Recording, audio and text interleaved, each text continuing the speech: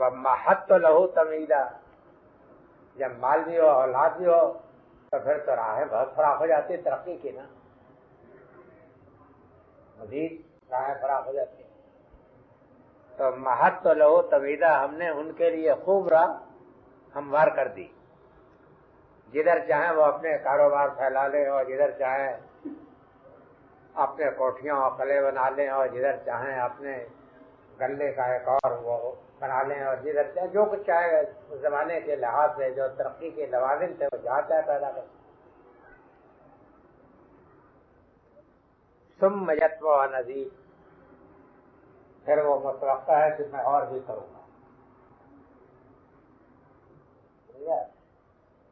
اور اس کا تو کوئی مفہوم اس کے سوا ہو ہی نہیں سکتا کہ جو میں نے بیان کیا ہے، یعنی وہ یہ سب کچھ پانے کے بعد یہ بھی توقع رکھتے ہیں اسی چیز کو دلیل بنا کر کہ اگر وہاں ہے کوئی زندگی تو ہمیں اور ملے گا۔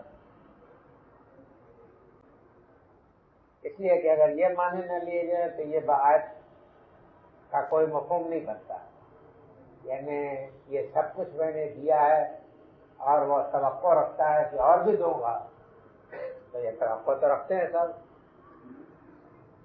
اور توقع بھی رکھتے ہیں اور ان کو زیادہ ہوتا بھی رہتا ہے، اللہ میں ان کی توقع پوری بھی کرتے رہتے ہیں، کرتے ہیں کہ نہیں؟ تو اس آیت کا کیا مطلب ہوگا؟ یتبع نذیر، پھر توقع رکھتا ہے کہ وہاں بھی یعنی یتبع نذیر ہو فی الآخرت، کہ آخرت میں یعنی ہوئی تو وہاں بھی حاضر۔ یہی وہ دلیل ہے کہ جو دلیل جگہ جگہ قرآن مجید میں بیان ہوئی ہے۔ تو فرمایا کہ کلا، ہرگز نہیں، انہ کان لآیاتنا عنیدا، وہ تو ہماری آیات کا دشمن ہے۔ تو یہ تو واقعہ نہیں ہے کہ وہ طمع کرے تو اللہ میاں کہیں کہ نہیں اب نہیں دیا جائے گا، جتنا غلہ ملنا تھا مل چکا ہے، آپ زیادہ تناسب نہیں کر سکتے اور تم ہماری آیات کا دشمن ہو، یہ معاملہ تو نہیں اللہ میاں کا۔ تو جتنی سرکشی بڑھتی جاتی ہے اللہ میاں ڈھیل بھی دیتے جاتے ہیں جب تک۔ تو اگر اس آیت کے یہ معنی نہ لیے جائے تو پھر یہ آیت کا کوئی مفہوم نہیں بنتا۔ تو مانتے ہیں اس کو، اس کا مفہوم لیا کیا لوگوں نے ترجمے میں، کوئی ترجمے میں دیکھیے تو پتہ نہیں چلتا، یہ بھی ایک کمال ہے کہ وہ لکھو کہ پتہ نہ چلے۔ ایک بہت بڑی آفت یہ ہے کہ ذمہ داری طور پر کوئی ہوتی نہیں، اگر جہاں کچھ نوٹ داغ دینے کی صورت ملی تو کوئی داغ دیا، اور نہیں تو گریز کر گئے، ان کو کون گرفت کر سکتا ہے؟ یہ طریقہ ہے، گول مول بات کر گئے۔ یعنی میرے جیسا آدمی بھی کہ جو میں الٹے سیدھے قرآن مجید تو سمجھ لیتا ہوں، بعض میں ہوتا ہے نظرات کے ترجمے حاشیہ پڑھتا ہوں تو میرے لیے عربی سے زیادہ مشکل ہوتا ہے، سمجھ میں نہیں آتا کہ یہ فرمانا کیا چاہتی ہے۔ اس کی وجہ کیا؟ اس کی وجہ ہے کہ ان کے ذہن میں بات صاف نہیں تو لکھتے بھی نہیں صاف، ذہن میں صاف ہونی چاہیے نا۔ خیر میرے نزدیک معنی یہی ہے، اگر آپ لوگوں کو اس میں کسی شبہ کے کوئی شبہ محسوس کرتے ہوں، یہ کون ہے؟ پتال ہے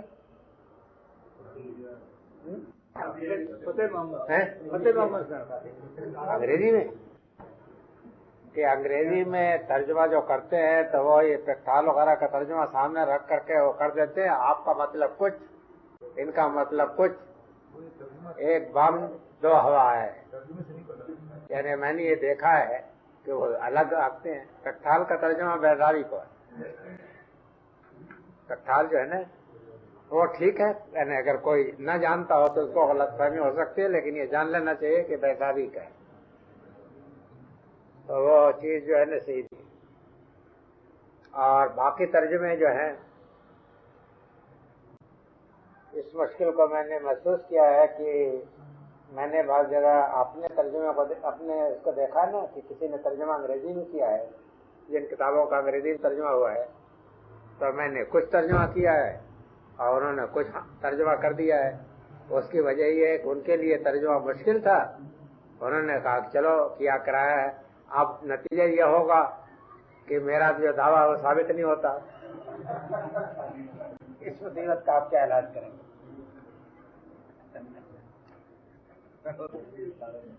کلّا، اب کلّا تو اس بات کو ہوگا نا، ورنہ پھر تو کلّا کے کوئی معنی نہیں.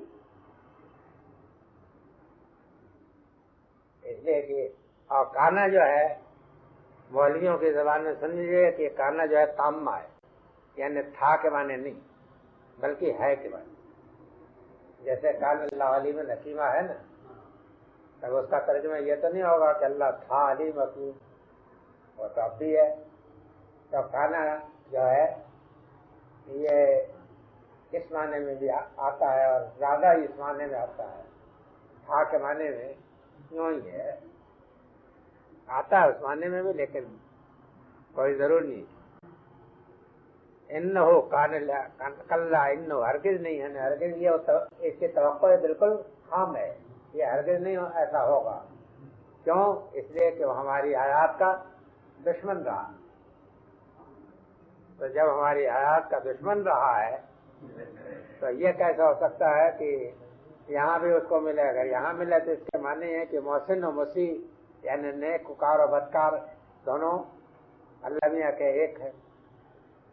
تو اگر اللہ میاں کے نیکوکار و بدکار ایک ہے تو معاف کیجیے کوئی اور سجدہ کرے، میں تو بطور احتجاج پروسیس نہیں کرتا. میں تو اس لیے سجدہ کرتا ہوں اپنے رب کا کہ میں جانتا ہوں کہ اس کا نیکوکار و بدکار کبھی ہو ہی نہیں سکتے. اس سے بقر کے عادل حکیم تو کوئی نہیں ہو سکتا. قیامت کے نہ ماننے میں یہ قواعد لازم آتی ہے کہ کائنات کا سارا فلسفہ جو بالکل واضح بدیہی اور باطل ہو جاتا ہے، اور خدا کے متعلق وہ تصور پیدا ہو جاتا ہے کہ جس کے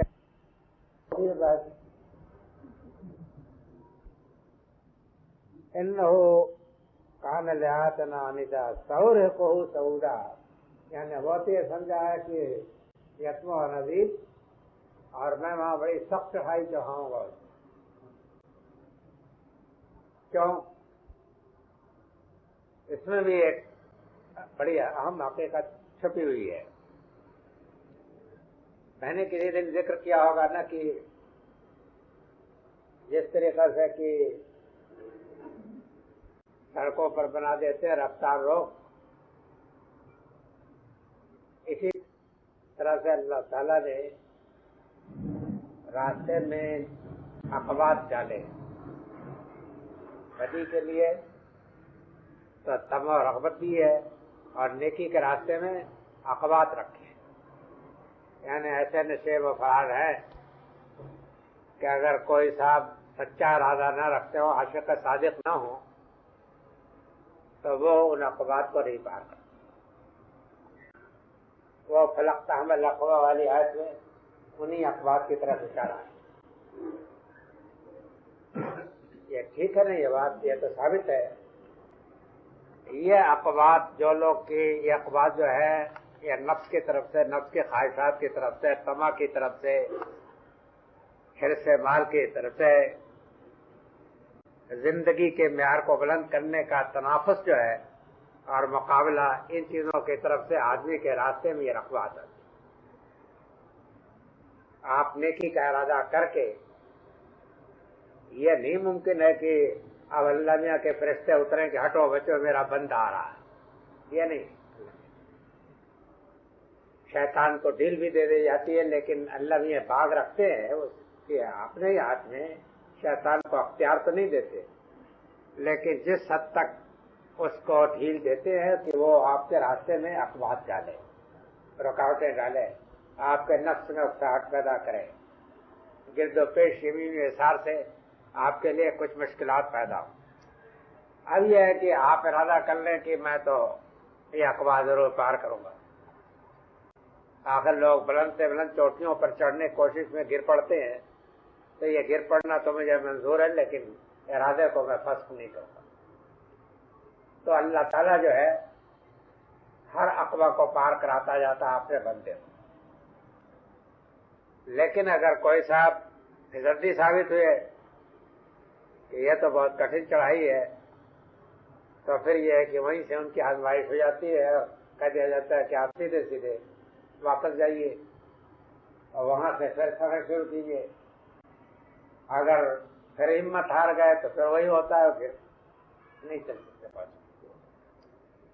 یہی وجہ ہے کہ حضرت مسیح علیہ السلام نے فرمایا ہے کہ بدی کا راستہ فراخ، اس پہ چلنے والے بہت، نیکی کا راستہ تنگ اور اس پہ چلنے والے بہت تھوڑے۔ یہ اخبار جو ہے نیکی کے راستے میں اللہ نے خاص طریقے پر رکھی، یہی حقیقت انہوں نے بیان فرمائی، اور یہ مذاہب کی مشترک حقیقت ہے۔ میرا خیال ہے کہ زبور میں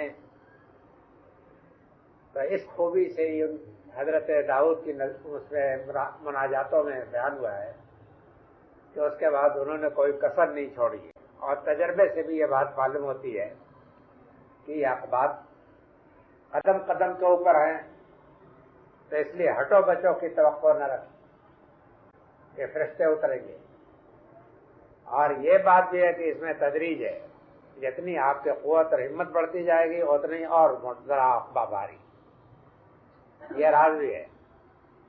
لیکن عقبات پار کرنے میں جو آپ جدوجہد کرتے ہیں تو اس سے قوت جو پیدا ہوتی ہے نا، اعتماد پیدا ہوتا ہے، تو اس اعتماد کی بدولت ایک مرحلہ آتا ہے کہ آدمی میں شوق پیدا ہو جاتا ہے کہ آئے کوئی اور امتحان اور میں اپنی کامیابی کے ساتھ، یہ حوصلہ آدمی کے بہت کام آتا ہے۔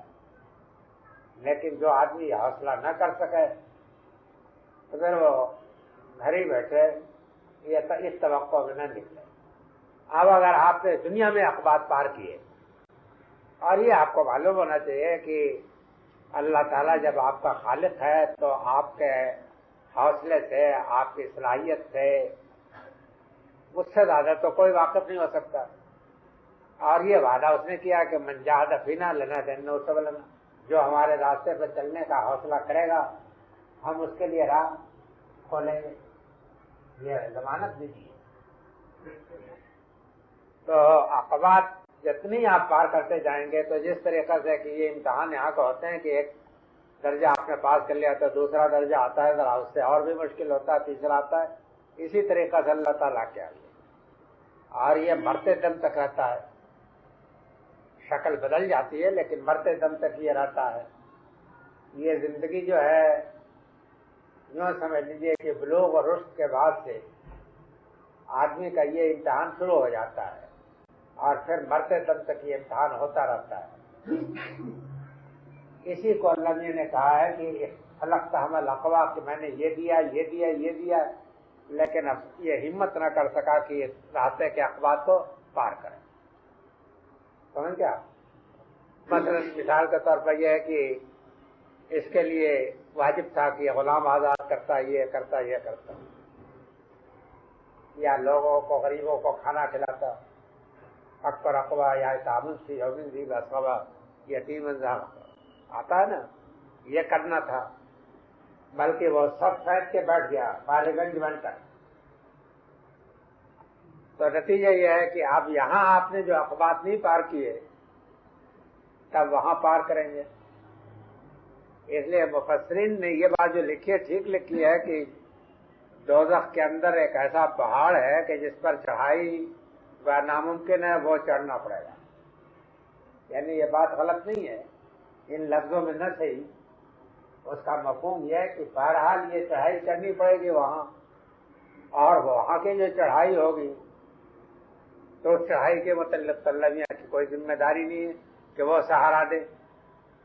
سمجھ گیا آپ؟ وہ تو سہارا اگر دیتے تو ان کو دیتے کہ جنہوں نے یہاں جدوجہد کی ہوتی۔